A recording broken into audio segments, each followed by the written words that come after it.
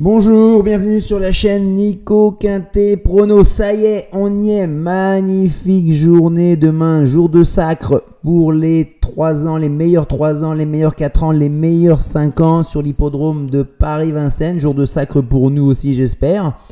J'ai repris un peu une configuration style Prix d'Amérique pour lequel je vous avais donné le Quintet Plus dans l'ordre, je vous le rappelle, qui valait plus de 254 000 € s'il vous plaît, en mise pleine. Là, je serai peut-être même sur Vincennes demain, il y a de fortes chances. Abonnez-vous pour être au courant de tous mes posts, mais parce que des fois je fais quelques posts et des dernières vidéos que je poste parce que je suis présent qu'au Quintet Plus de trop, les amis, hein, je vous le rappelle.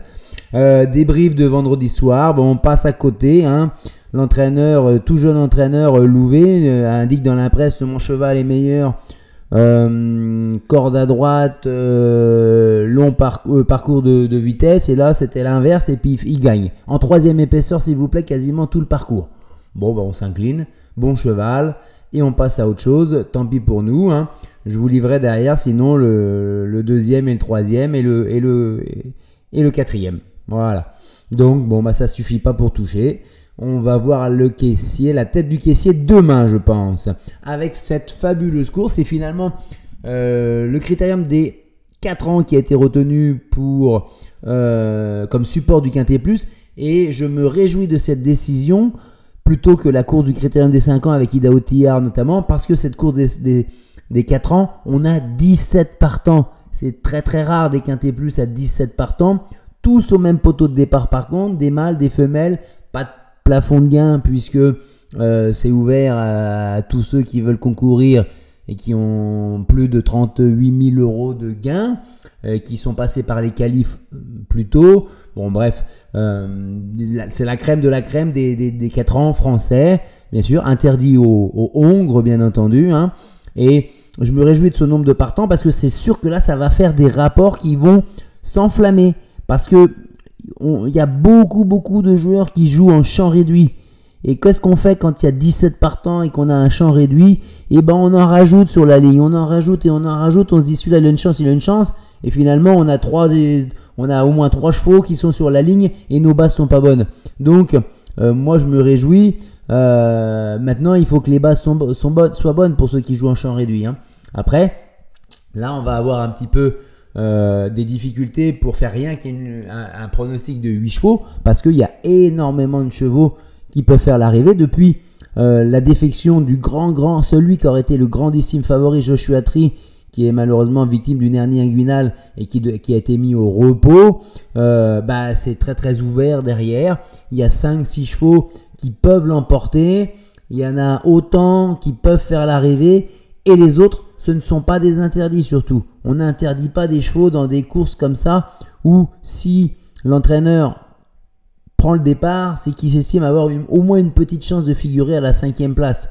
D'accord? C'est vrai que parfois, les entraîneurs inscrivent les chevaux parce que les copropriétaires veulent se faire plaisir pour courir une course de groupe 1 comme ça. On sera sur les parcours des 2850 mètres de la grande piste, donc c'est un parcours quand même très sélectif, beaucoup de tenues. Après il peut y avoir embouteillage au départ, il peut y avoir embouteillage dans le dernier tournant et à l'entrée de la ligne droite. Il y a des chevaux qui peuvent être encore susceptibles.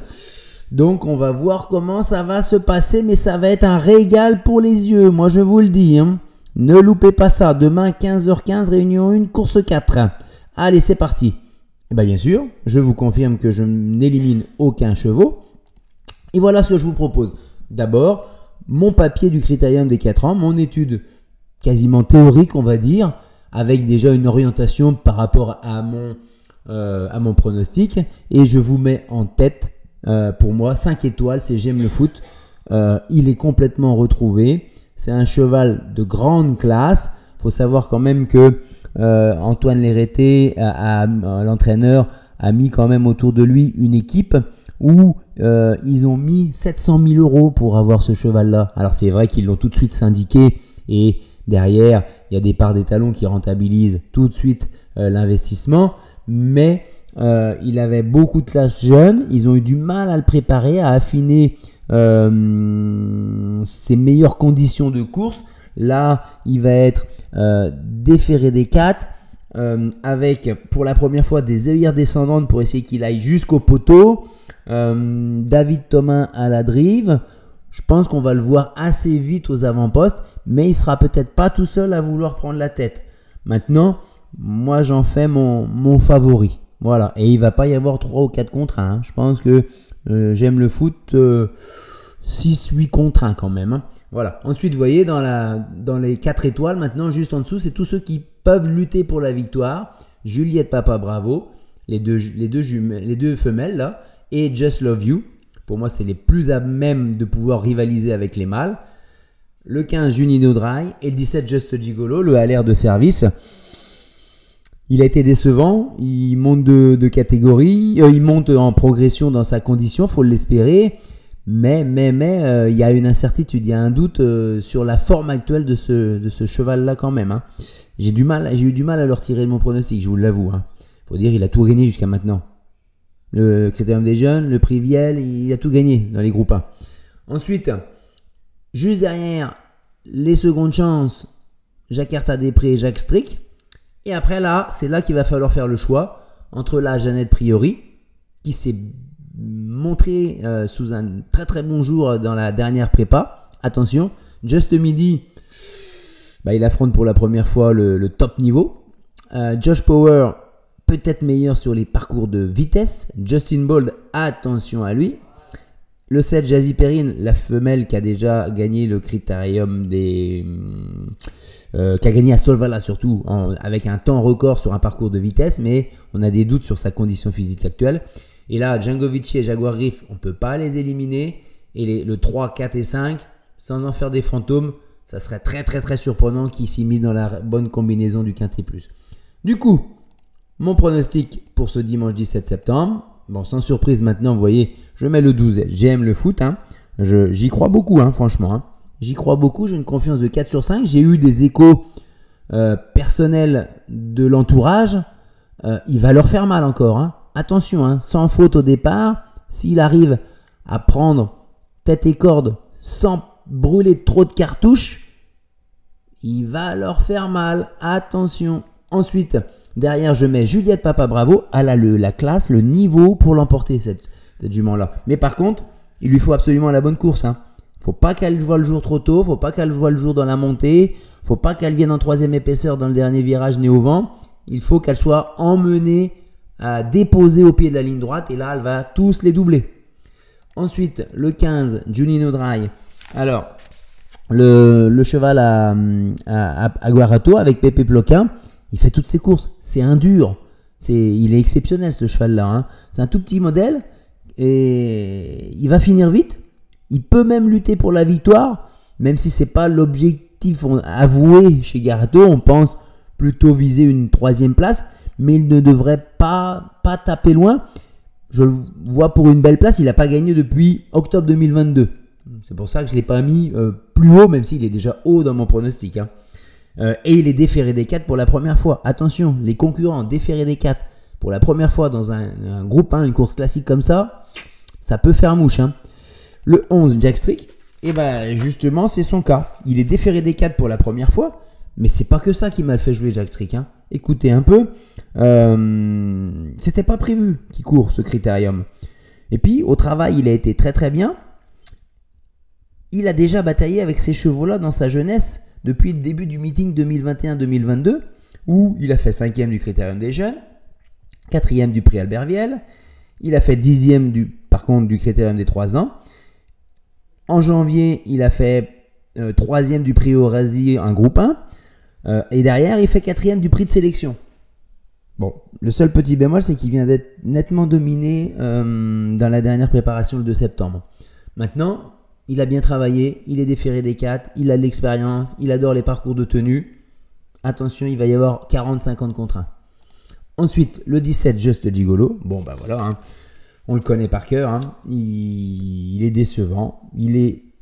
Faut espérer, en progression dans sa condition physique. Il va être déféré des 4 pour la première fois.